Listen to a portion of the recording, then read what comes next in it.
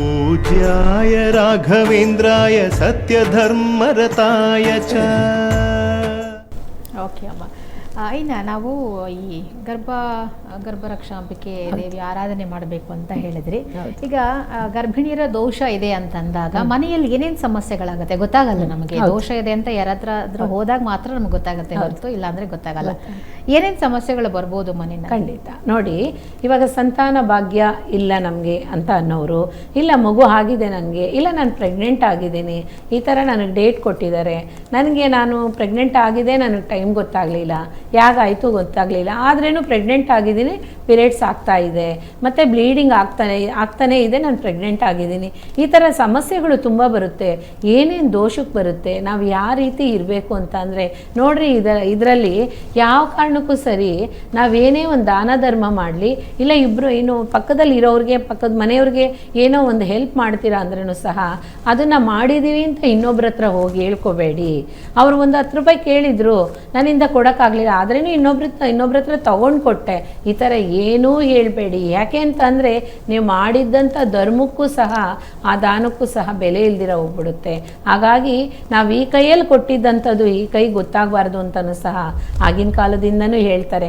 ಯಾಕೆ ಹೇಳಿದ್ರೆ ಆ ದಾನಕ್ಕೂ ಧರ್ಮಕ್ಕೂ ಇರೋ ಅಂಥ ಒಂದು ಪ್ರತಿಮೆ.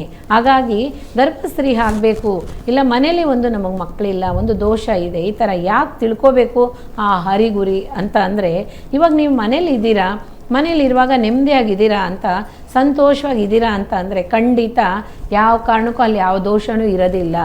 ದಿನನಿತ್ಯ ನೀವು ಸ್ನಾನ ಮಾಡಿ ಆ ಭಗವಂತನ ಹತ್ರ, ಮನೆ ದೇವ್ರ ಹೆಸರಲ್ಲೂ, ನೀವು ಇಷ್ಟ ದೇವ್ರ ಹೆಸರಲ್ಲೂ 1-2 ದೀಪ ಹಚ್ಚಿ ಭಗವಂತನ ಹತ್ರ ದಿನನಿತ್ಯ ಒಂದು ಹಾಲು ಕಾಯಿಸಿದ ತಕ್ಷಣ, ಬೆಳಗ್ಗೆನೇ ಹಾಲು ಕಾಯಿಸಿದ ತಕ್ಷಣ ಒಂದಿಷ್ಟು ಹಾಲು ಆ ಗಣಪತಿ ಹತ್ರ ಇಟ್ಟು ಪ್ರಾರ್ಥನೆ ಮಾಡಿ, ಗಣಪತಿ ಮಂತ್ರನ ಪ್ರಾರ್ಥನೆ ಮಾಡಿಬಿಟ್ಟು ಹಾಲಿಟ್ಟು, ಭಗವಂತ ಇವತ್ತು ನಿಮಗೆ ನೈವೇದ್ಯ ಆಯಿತು ತಗೊಳ್ಳಿ ಅಂತ ಹೇಳಿ, ಆವತ್ತಿನ ದಿವಸ ಏನು ದೋಷ ಬರುತ್ತೋ ಪರಿಹಾರ ಆಗುತ್ತೆ.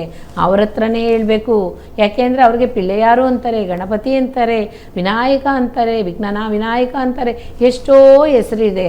ಆ ನೂರಾರು 8 ಹೆಸರಲ್ಲಿ ಒಂದು ಹೆಸರು ನೀವೇನು ಬೇಕೋ ಅದು ಇಟ್ಕೊಳ್ಳಿ, ಆ ಹೆಸರಿಂದನೇ ಪಡ್ಕೊಳ್ಳಿ. ಏನು ಅಂತ, ಅಪ್ಪ ಇವತ್ತಿನ ದಿವಸ ನಾವು ಸಂತಾನ ಭಾಗ್ಯಕ್ಕೋಸ್ಕರ ಪ್ರಯತ್ನ ಮಾಡ್ತೀವಿ, ನಿನ್ನ ಆಶೀರ್ವಾದ ನಮಗೆ ಖಂಡಿತ ಇರಬೇಕು. ನೀನೊಂದು ಮಗು ಪಾರ್ವತಾದೇವಿಗೂ ಶಿವ ಪಾರ್ವತಿಗೂ ಪ್ರೀತಿಯಾದ ಅಂಥ ಒಂದು ಮಗು, ನಿಮ್ಮಂತನೇ ನಮಗೊಂದು ಮಗು ಬೇಕಾಗಿದೆ ಅಂತ ಆಶೀರ್ವಾದ ಪಡ್ಕೊಂಡು ಯಾವುದೇ ದೋಷ ಇದ್ರೂ ನೀವು ಪರಿಹಾರ ಮಾಡಿ. ನೋಡಿ, ಒಂದು ದಿನಕ್ಕೆ ಒಂದು ಮನುಷ್ಯನಿಗೆ 108 ಗಂಡಾಂತರ, 108 ದೋಷ, 108 ಶಾಪ, 108 ಎಲ್ಲನೂ ಬರುತ್ತಂತೆ. ಕಾರಣ ಯಾಕೆ ಅಂತಂದರೆ ಅದರಿಂದ ನಾವು ಜಯಿಸಿ ಹೊರಗಡೆ ಬಂದ್ರೇ ಅಂತೆ ಮನುಷ್ಯ. ನೋಡಿ, ಇವಾಗ ಹೋಗ್ತಾ ಇರ್ತೀನಿ, ನಡ್ಕೊಂಡು ಹೋಗ್ತಾ ಇರ್ತೀನಿ, ಒಂದು ಬೈಕ್ ಬರ್ತೈತೆ, ಜಸ್ಟ್ ನನ್ನನ್ನು ತಗ್ಲಿಸ್ಬಿಟ್ಟೆ ಹೊರಟೋಗ್ತಾರೆ, ಅದು ಒಂದು ಗಂಡಾಂತರನೇ. ಇಲ್ಲ ರೋಡಲ್ಲಿ ನಡೀತಾ ಇರುವಾಗ ನೀವು ಗೊತ್ತೇ ಇಲ್ದಿರಾ, ಅದು ಸಿಗ್ನಲ್ ಆಗಿದೆಯಾ ಇಲ್ವಾ ಅಂತ ಗೊತ್ತಿಲ್ದಿರ ಸಡನ್ನಾಗಿ ಬಂದುಬಿಡ್ತೀವಿ, ಅದು ಸಹ ಒಂದು ಗಂಡಾಂತರನೇ.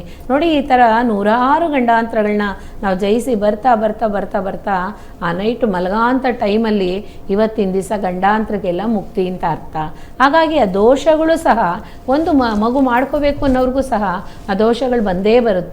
ಆವತ್ತಿನ ದಿವಸ ನೀವೇನು ಮಾಡಬೇಕು, ಅದು ಹತ್ರ ನಾವಿರೋ ಅಂಥ ಹತ್ರ ದೇವಸ್ಥಾನದಲ್ಲಿ, ಆ ದೇವಸ್ಥಾನಕ್ಕೆ ಹೋಗ್ಬಿಟ್ಟು ಅದೇನು ಅಭಿಷೇಕ ಅಲ್ಲಿ ಮಾಡ್ತಾರೋ ಅದನ್ನು ಮುಖ್ಯವಾಗಿ ತುಪ್ಪದ ಅಭಿಷೇಕ, ಜೇನುತುಪ್ಪ ಅಭಿಷೇಕ, ಹಾಲಭಿಷೇಕ, ಮತ್ತು ಮೊಸರಭಿಷೇಕ, ಪಂಚಾಮೃತ ಅಭಿಷೇಕ, ಇದು ಮಾತ್ರ ಮಾಡಿ ಸಾಕು, ಬೇರೆ ಏನೂ ಬೇಕಾಗಿಲ್ಲ.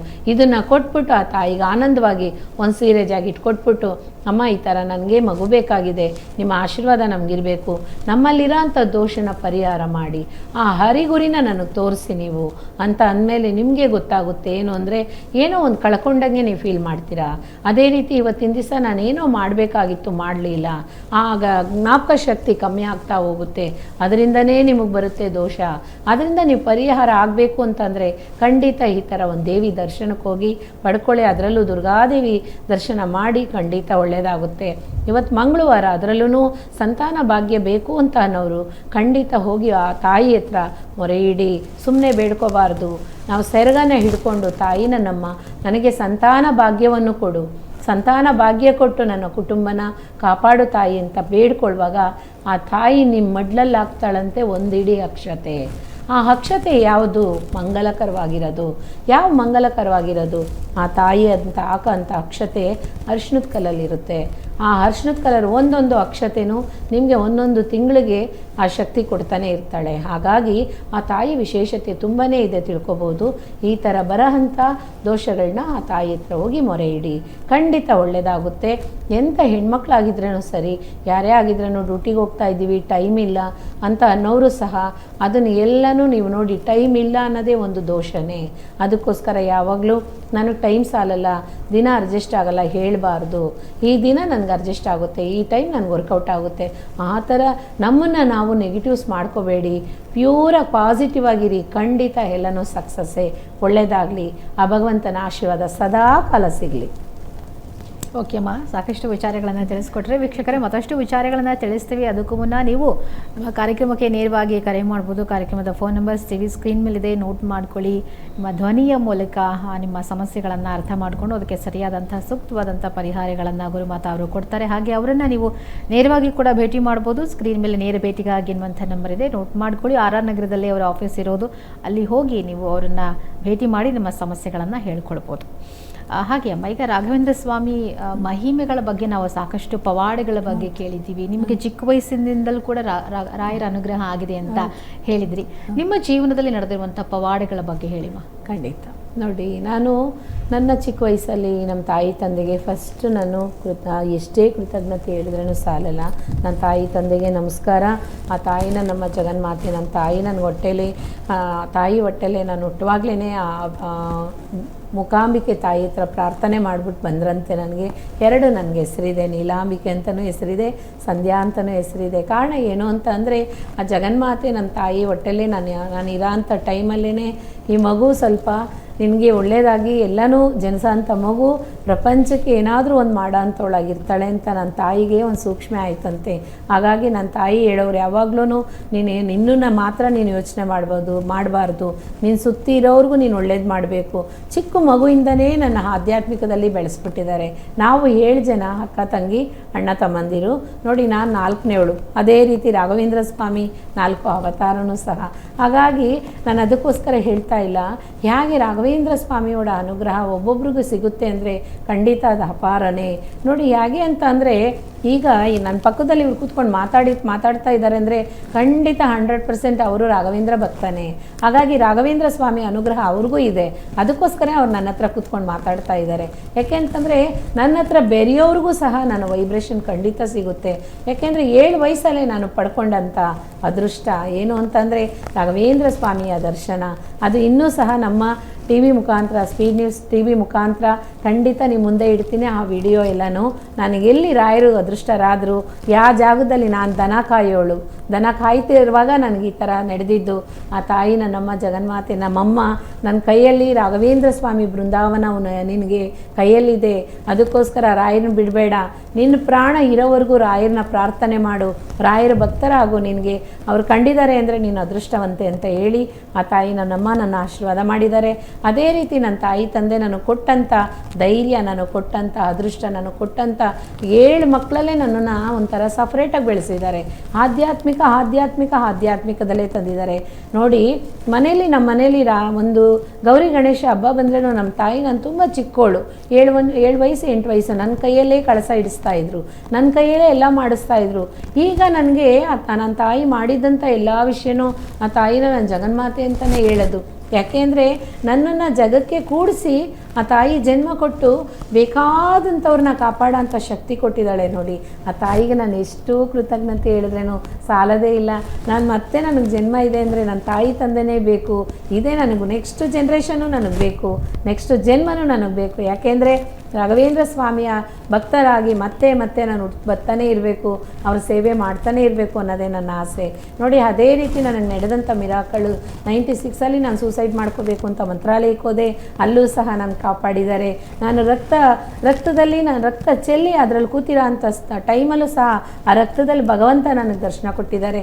ಒಂದೊಂದು ಅಲ್ಲ, ಆ ಭಗವಂತನ ಪ್ರಾರ್ಥನೆ ಮಾಡಿಬಿಟ್ರೆ, ಆ ಭಗವಂತನ ಲೈಕೆ ಆಗ್ಬಿಟ್ರೆ ಬೇರೆ ಯಾರು ಬೇಡ, ಅವರೊಬ್ಬರೇ ಸಾಕು ಸಾಕು, ಅವರೊಬ್ಬರೇ ಸಾಕು. ಮನೆಯೇ ಮಂತ್ರಾಲಯ, ಮನಸ್ಸೇ ದೇವಾಲಯ. ನಮ್ಮ ಮನಸ್ಸನ್ನು ಎಷ್ಟು ವಿಶಾಲವಾಗಿ ಇಟ್ಕೊತೀವೋ ಅಷ್ಟೇ ವಿಶಾಲ ರಾಘವೇಂದ್ರ ಸ್ವಾಮಿ ಅವರ ಅನುಗ್ರಹ ಸಿಕ್ಕಿದ್ರು ಅಂದರೆ ಸಾಕು, ಬೇರೆ ಏನೂ ಬೇಕಾಗಿಲ್ಲ. ಹೇಳ್ತಾ ಹೋಗ್ತೀನಿ, ಇನ್ನೂ ನನಗೆ ನಡೆದಿದೆ, ಅದೆಲ್ಲ ನನ್ನ ಸ್ಟೋರಿಲೇ ಬರುತ್ತೆ ಖಂಡಿತ.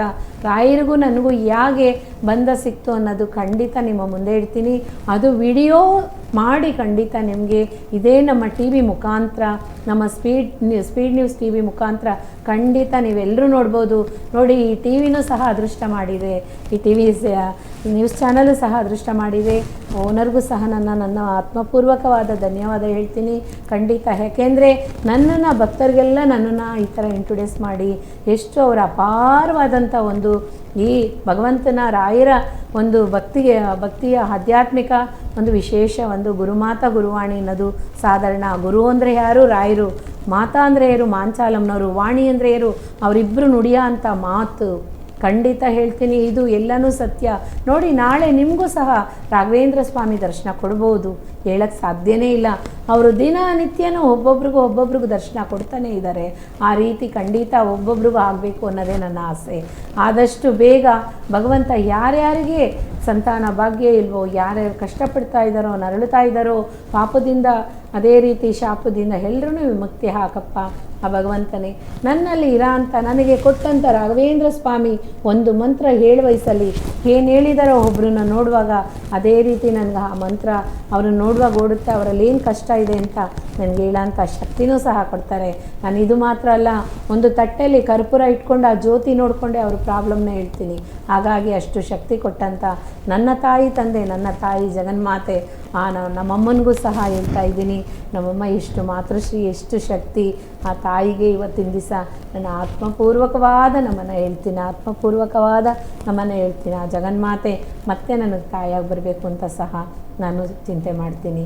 ನೋಡಿ, ಎಲ್ರಿಗೂ ಆನಂದವಾಗಿ ಆ ಭಗವಂತ ಒಲಿಲಿ ಅಂತ ಆ ಭಗವಂತ ಶ್ರೀ ರಾಘವೇಂದ್ರ ಸ್ವಾಮಿಯಲ್ಲಿ ಪ್ರಾರ್ಥನೆ ಮಾಡ್ತೀನಿ. ಅದೇ ರೀತಿ ಎಲ್ರಿಗೂ ಆ ಸಂಕಲ್ಪ ಆಗಲಿ ಖಂಡಿತ. ಆದಷ್ಟು ಬೇಗ ನಿಮಗೂ ಒಂದು ಪಾಪು ಸಿಗಬೇಕು, ನೀವು ಆ ಪಾಪು ನನ್ನ ಮಡ್ಲಲ್ಲಿ ಇರಬೇಕು ಅಂತ ನಾನು ಆಸೆ ಪಡ್ತೀನಿ. ಆಯುಷ್ಮಾನ್ ಭವು, ಖಂಡಿತ ಒಳ್ಳೆಯದಾಗಬೇಕು.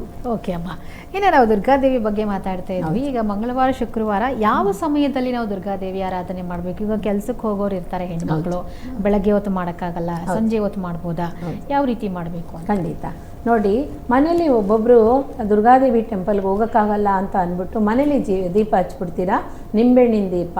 ಖಂಡಿತ ಯಾವ ಕಾರಣಕ್ಕೂ ಸರಿ, ದುರ್ಗಾದೇವಿನ ಪ್ರಾರ್ಥನೆ ಮಾಡಿ ಅಲ್ಲಿ ರಾವಗಾಲದಲ್ಲಿ ಮನೇಲಿ ನನ್ನ ಹತ್ರ ಮಾಡೋಕ್ಕಾಗೋದು ನನ್ನಿಂದ. ದೇವಸ್ಥಾನಕ್ಕೆ ಹೋಗೋಕ್ಕಾಗಲ್ಲ, ನಮ್ಮ ಅತ್ತೆ ಬಿಡಲ್ಲ, ನಮ್ಮ ಮಾವ ಬಿಡಲ್ಲ, ನಮ್ಮ ಯಜಮಾನ್ರು ಬಿಡಲ್ಲ, ಈ ಥರ ಎಷ್ಟೋ ಇರುತ್ತೆ ರೀಸನ್ನು.